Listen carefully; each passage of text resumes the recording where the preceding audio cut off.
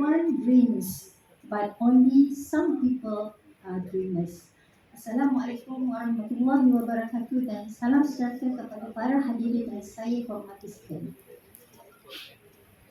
Pada hari ini sebenarnya saya rasa gembira kerana dapat berkongsi projek Dream STPP 151 dengan tuan-tuan dan puan-puan. Walaupun tetap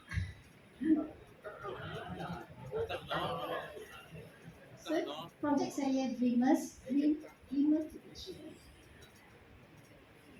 Inilah sedikit berkaitan dengan 151. Sebenarnya sekolah saya sehingga kini sejak 2020 menumpang di blok C SMK 181. Sebab tu kecil je sekolah kami, tapi guru-gurunya berjiwa besar. Ini adalah sedikit profil saya selama 28 tahun berkhidmat sebagai guru besar. Tuan-tuan dan puan-puan, apakah isu di sekolah saya?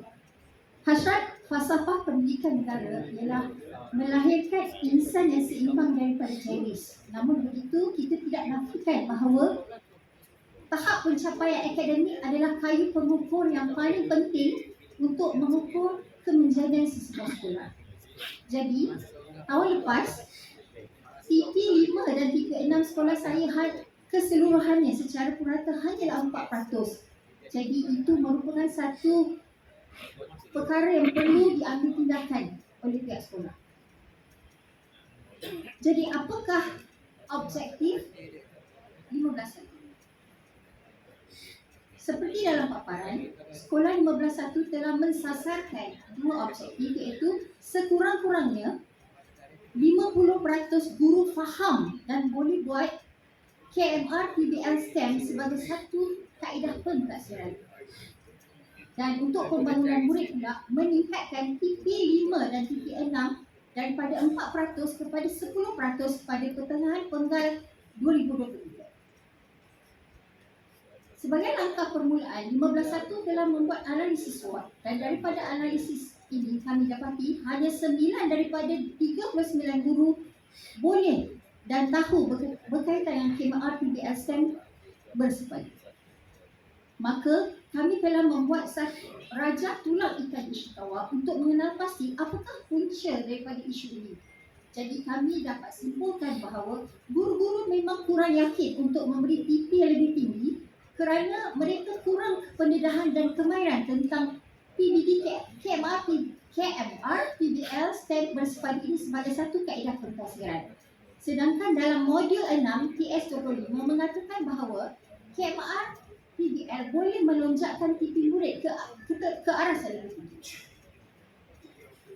Maka kami telah membuat Taos metrik dan untuk menjana strategi dan menggunakan metode ranking untuk memilih satu strategi yang terbaik.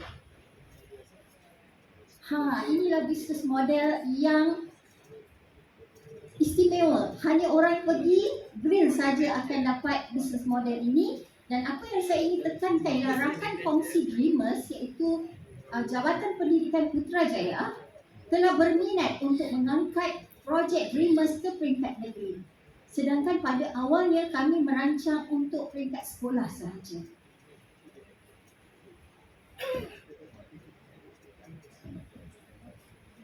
Dan ini merupakan satu kejayaan kecil yang membanggakan warga sekolah 15.1. Berikut ialah skematik diagram dan apa yang saya ingin kongsi ialah nilai yang saya dapat daripada lawatan penanda arasan semasa kursus beliau itu tagline Toyota, Move Your World.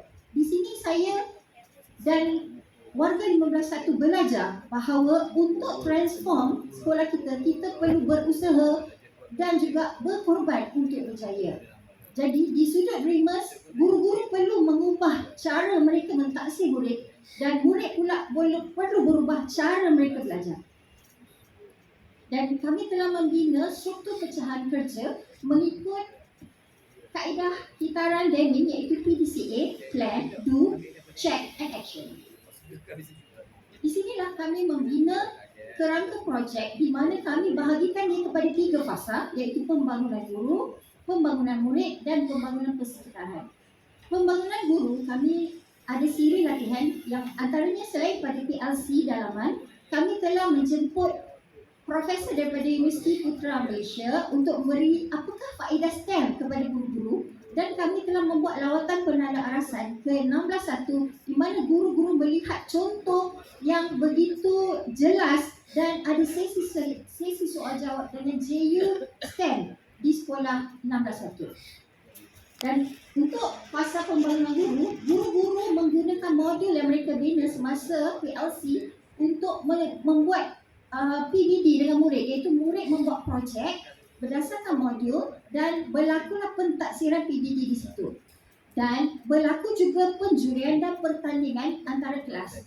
Dan antara kelas inilah kami telah beralih kepada pembangunan persekitaran di mana showcase Putrajaya pada 30 Oktober di mana 27 buah sekolah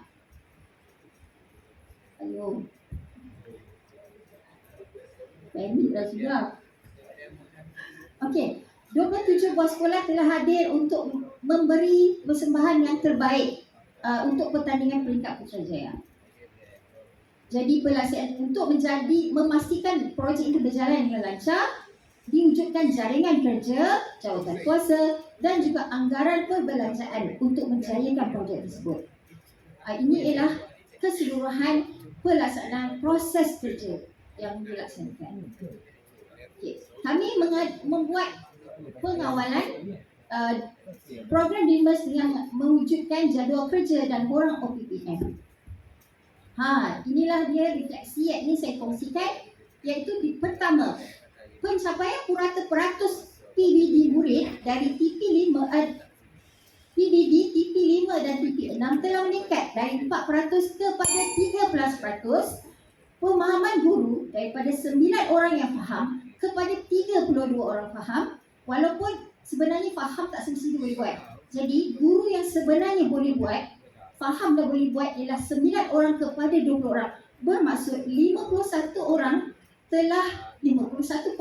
telah mencapai pemahaman dan boleh buat, iaitu menepati objektif saya, iaitu 50%. Budaya belajar terus berubah di mana apabila kita buat learning walk, hasil daripada projek ini, persekitaran pembelajaran telah berubah. Guru-guru telah menggunakan projek walaupun bukan KMR tetapi projek berdasarkan mata pelajaran untuk membuat PDP mereka di Langit Gajah. Ibu bapa juga turut excited untuk membantu murid-murid dalam membuat projek, dan juga pada 30 September ini pelbagai rakan kongsi telah membuat pameran di mana murid-murid mendapat gambaran apakah kerjaya-kerjaya yang boleh mereka ceburi di masa akan datang. Sebelum saya terlupa, masa membuat projek, mereka diberi dreamers. Mereka dream nak jadi apa? Itu macam pilot, nak jadi jurutera, nak jadi arkitek. Semasa mereka bentuk projek dan mempersembahkannya. So itulah added value kepada keseronokan semasa mereka belajar dan membentang.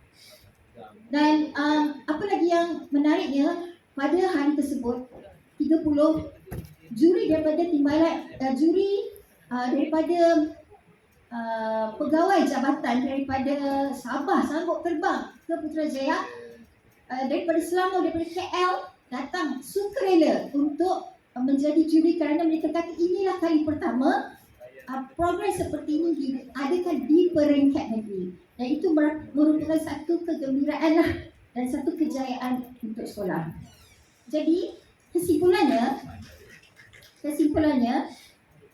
harapan saya semoga guru-guru dapat meneruskan PBL KMR STEM ini sebagai satu kaedah pentaksiran kepada murid-murid, seterusnya meningkatkan kemenjadian murid, seterus melahirkan murid yang berwatak dan bersaing di peringkat antarabangsa. Sekian, terima kasih.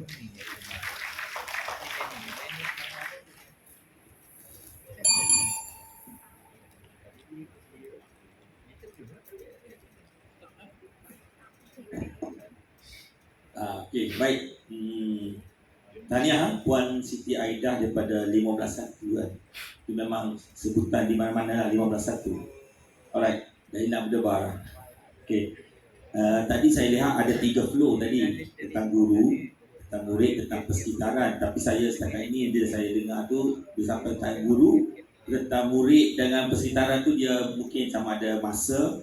Ya. Tadi ini peluang untuk dibentangkan lagi kan. Boleh tak tambah sikit, perdalamkan sikit elemen yang tentang murid dan persekitaran tu. Okey. Dan untuk pasal satu tadi guru. So guru telah membina satu modul KMR bergabung antara mata pelajaran. So mereka menggunakan modul. So guru akan memberi isu. Okey, katalah dia kata di Putrajaya sempit dan traffic jam. So macam mana anda ingin membina satu alat hubungan untuk menyelesaikan masalah itu. Jadi mereka akan berbincang dalam kumpulan untuk membina projek. Dan projek ini sebab contohnya ada 4 mata pelajaran. So guru-guru akan menjadi fasilitator untuk membimbing murid mengikut kemahiran subjek. Contohnya sains. Dalam sains, diorang akan ambil elemen sains untuk membina projek. Dan untuk matematik, mengukur dan sebagainya lah yang tadi dalam gambar ada.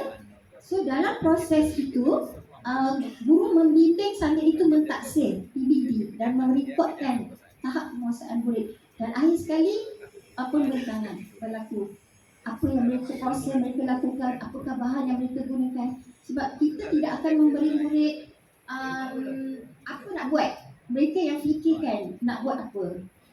Daripada tetapi tahap darjah sekolah rendah mungkin lebih sikit lah. Mungkin kami menggunakan flip video untuk memberi panduan kepada murid projek-projek yang telah dibina sebelum-sebelum ini untuk memberi idea kepada mereka dan mereka membuat pengubahsuaian daripada untuk masukkan projek mereka sendiri. Dan persekitaran itu pada 30 tu ialah yang terbaik akan seperti dalam video akan pamerkan dan membentang kepada juri. Dan kita dapat hasilkan 27 showcase peringkat Putrajaya dan 60 showcase peringkat sekolah untuk PBL KMR STEM.